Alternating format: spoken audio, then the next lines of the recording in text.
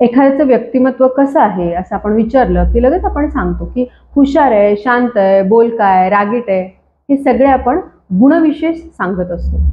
Allport हे जे मानसशास्त्रज्ञ होते यांनी यावरच एक सिद्धांत सांगितलेला आहे, पर्सनॅलिटी ट्रेट थेरी असं सांगितलेलं आहे. त्याविषयीच मी आज आपल्याला सांगणार आहे. नमस्कार, मी डॉक्टर अपर्णा अष्टपुत्र शिसोले. ही जी पर्सनॅलिटी थेरी आहे जी गॉर्डन ऑलपोर्टने सांगितलेली आहे ती ट्रेट्स विषयी बोलते, म्हणजे आपण त्याला मराठीत गुणविशेष म्हणूया. त्यामुळे ही गुणविशेष समजून घेण्यासाठी आपल्याला हा व्हिडिओ जो आहे तो पूर्ण बघावा लागेल आणि चॅनलला सबस्क्राईब केलं नसेल तर तेही आपल्याला करावं लागणार आहे. व्यक्तिमत्व सिद्धांत सांगताना ऑलपोर्टनी व्यक्तिमत्वाची व्याख्या केलेली आहे आणि ही जी व्याख्या ऑलपोर्टनी केलेली आहे ती काय म्हणतात की सर्वानुमते मान्य झालेली आहे किंवा सगळ्यात जास्त वापरली जाणारी व्याख्या आहे. काय म्हणतात ते व्याख्येमध्ये? ते असं म्हणतात की पर्सनॅलिटी जी आहे ती शारीरिक आणि मानसिक किंवा सायकोलॉजिकल आणि फिजिकल दोन्ही फॅक्टर्स मिळून बनते. त्या दोघांचं कॉम्बिनेशन आहे.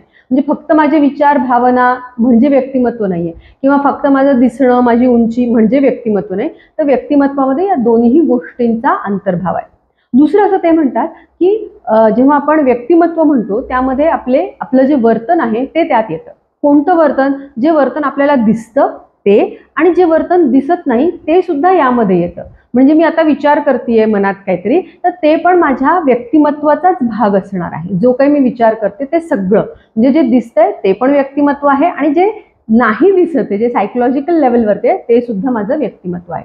आणि तिसरी अजून एक महत्त्वाची गोष्ट ते सांगतात, ते म्हणतात की व्यक्तिमत्व हे डायनेमिक आहे, म्हणजे त्याच्यामध्ये गतिशील आहे, त्याच्यामध्ये बदल होत जातात. बघा, व्यक्तिमत्वात बदल होऊ शकतो का असा प्रश्न आपल्याला पडतो आणि त्याचं उत्तर आपल्याला ऑलपोर्ट देतात आणि ते म्हणतात की हो, व्यक्तिमत्वामध्ये बदल होतो, बदल करता येतो, बदल होतो सुद्धा.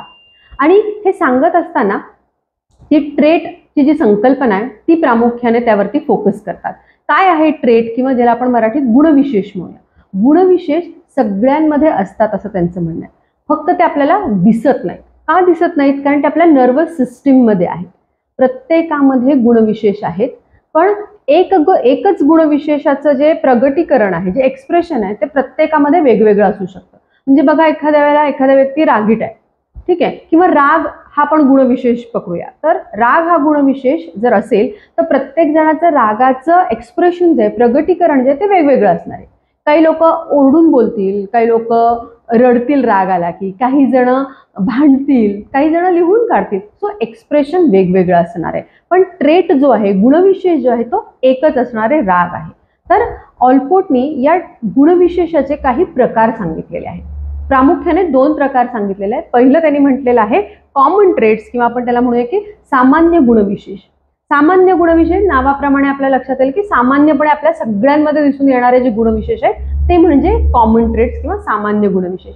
यामध्ये आपल्याला दिसतं की काही एखाद्या समाजामध्ये आपल्याला प्रीडॉमिनेंटली किंवा प्रामुख्याने ते गुणविशेष दिसून येतात किंवा ज्या भागात आपण राहतो त्या भागाचाही आपल्यावरती परिणाम होतो आणि त्यामुळे सुद्धा काही गुणविशेष आपल्यामध्ये सगळ्यांमध्ये ते दिसून येतात. मग आपण म्हणतो ना की तुम्ही या भागातले आहात का, तुम्ही त्या भागातले आहात का, किंवा बघा, भारतीय जर आपण म्हटलं तर भारतीय लोक हे अतिशय आदर देणारी लोक आहेत, त्यामुळे त्यांच्या वागण्यामध्ये आदर आपल्याला सगळ्यांमध्ये दिसून येतो.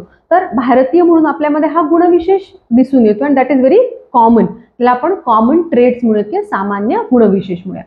दुसरा जो प्रकार सांगितला त्याला म्हटलं युनिक ट्रेट किंवा पर्सनल डिस्पोजिशन असं पण म्हटलेलं आहे. युनिक वैशिष्ट्यपूर्ण. आता वैशिष्ट्यपूर्ण म्हणजे त्या व्यक्तीला विशेष असा असणारा तो गुणविशेष आहे, त्याच्यामध्येच असणारा आहे. परत तेच आहे की त्याच्यामध्ये असणारा तो प्रमाण किती आहे, त्याचं एक्सप्रेशन किती आहे, हे त्या व्यक्तीचं स्पेशली त्याच्यासाठीच असणारा तो गुणविशेष आहे. आता यामध्ये सुद्धा या जो युनिक ट्रेट सांगितलाय ना त्याचे त्यांनी 3 भाग सांगितले. त्यातला पहिला जो भाग आहे त्याला म्हटलं त्यांनी कार्डिनल ट्रेट. आपण इंग्लिश मराठीमध्ये पण कार्डिनलच म्हणूया. हा जो कार्डिनल ट्रेट आहे ना, हा ट्रेट असा आहे किंवा हा गुण असा आहे की तो व्यक्तीच्या प्रत्येक वागण्यामध्ये दिसून येणार आहे. अगदी सगळ्या वागण्यामध्ये तो जो गुण आहे तो आपल्याला दिसून येणार आहे. बघा, उदाहरण बघूया की समजा साने गुरुजी हे मायाळू असणारं व्यक्तिमत्व आहे.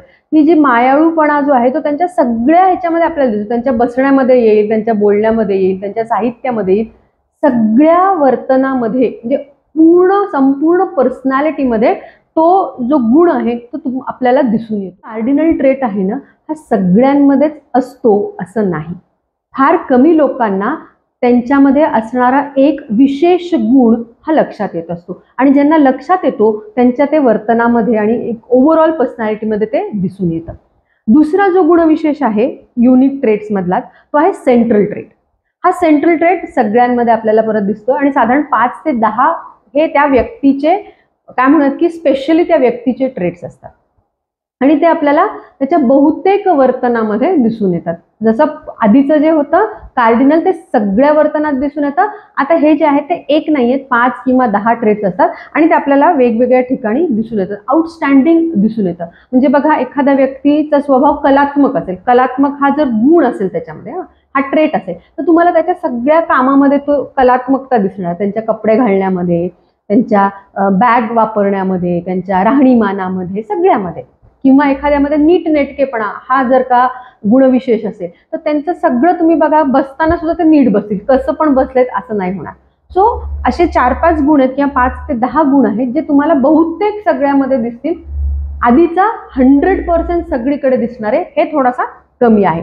आणि तिसरा जो गुणविशेष सांगितला त्याला म्हणले सेकंडरी. सेकंडरी आता हा कॉमन आहे, काही वेळेला दिसणार आहे तुमच्या वर्तनात, काही वेळेला दिसणार नाही आणि 10 पेक्षा जास्त गुणविशेष असणार आहेत. ऑलपोर्टनी हे गुणविशेष सांगितलेले आहेत आणि ते असं म्हणतात की हे जर आपल्याला समजलं तर वागताना किंवा कोणता गुणविशेष त्रासदायक होतोय तो बदलायचा कसा हे आपल्याला समजणार आहे. हे सांगत असतानाच त्यांनी सेल्फ विषयी सुद्धा सांगितले की ओव्हरऑल जो पर्सनॅलिटी डेव्हलपमेंट होतं ते सेल्फचं होतं, स्वचा विकास होतो. आणि मॅच्युअर व्यक्तिमत्व कुणाला म्हणायचं, चांगलं व्यक्तिमत्व कोणाला म्हणायचंय, कशाला म्हणायचंय हेही त्यांनी सांगितलंय. पण ह्या दोन्ही गोष्टी आपण पुढच्या व्हिडिओमध्ये बघणार आहोत. आपण हा व्हिडिओ शेवटपर्यंत बघितला त्याबद्दल खूप खूप धन्यवाद आणि व्हिडिओला लाईक करायला, शेअर करायला आणि कमेंट करायला अजिबातच विसरू नका.